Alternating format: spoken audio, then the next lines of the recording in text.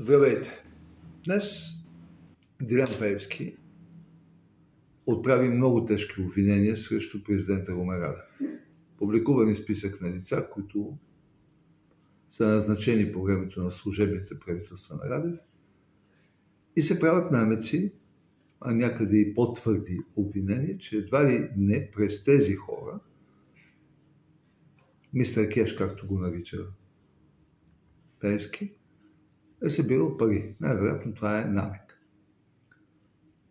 Не може да бъде така повече.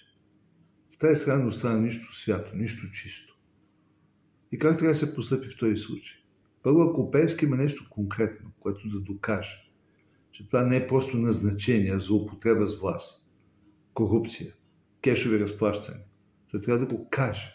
В противен случай всичко виси във въздуха. Но и президента не трябва да мълчи.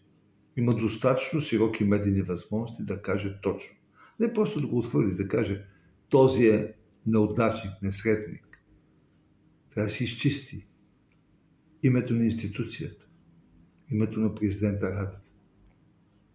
Аз ще дам пример със себе си.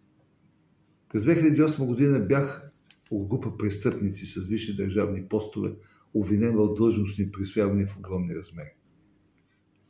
Бях в съда. Доказах своята невинност.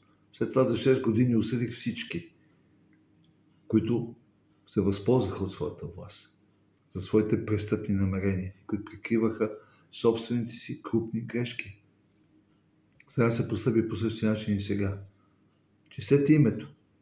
Това не е само вашето име, това е името на държавния глава на Република България.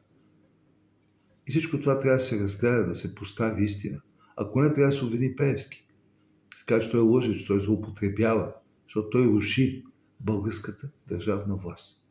Президента на Република България. Президентската институция, която е символ на народното единство. Това е моят призив. Не мълчете повече. Не може да има никакво ново начало, ако няма изясняване на истината до край. Не мълчете. Призовавам ви. Приятен ден.